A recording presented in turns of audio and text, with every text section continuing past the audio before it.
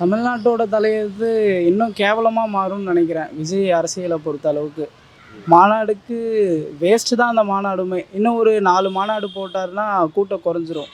அடுத்தது ஒரு 10 பேர், 15 பேர் தான். அந்த முகம் பார்க்குற வரையும் நெறையா கூட்டம் வரும். நானுமே போவேன். இப்ப விஜய் வந்தாருன்னா நானுமே போய் பார்ப்பேன். ஆனா ஓட்டு போட மாட்டேன் இல்லைங்களா? அவரு ஒரு ஆக்டர். நான் வந்து ஒரு ரசிகரா அவர போய் பார்க்கலாம்.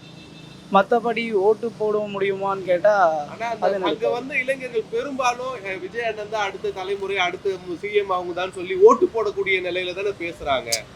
அவங்க பேசுவாங்க. அவங்க நாளைக்கு காலைல எலெக்ஷன் வச்சா கூட ஜெயிப்போம் அப்படின்னு தான் சொல்லுவாங்க. பட் ஓட்டுன்னு ஒண்ணு இருக்கு. மக்கள்னு தேர்ந்தெடுக்கிறது ஒண்ணு இருக்குல்ல. அவரு அந்த மாநாட்டுல சிஎம் பத்தி பேசினாருன்னு நெனைக்கிறேன். ஏதோ அங்கிள்ன்னு சொல்லி, ஒரு மட்டமான அரசியல் பண்ண வந்திருக்காரு விஜய். ஒரு தமிழ்நாட்டு சிஎம். அவர் நமக்கு பிடிக்குதோ இல்லையோ, அதெல்லாம் அடுத்தது. நல்லது பண்றாரோ, கெட்டது பண்றாரோ அடுத்தது தான். ஒரு தமிழ்நாட்டு சிஎம்மா அங்கிள்ன்னு சொல்லி கூப்பிடுறது ரொம்ப அசிங்கம். தமிழ்நாட்டையே சொல்ல வரீங்களா அப்ப? அவரோட கொள்கை பத்தி அவர் பேசவே வரமாட்டேங்கிறாருன்றேன். அரசியல் அரசியல் உள்ள அவர் இன்னும் இறங்கல.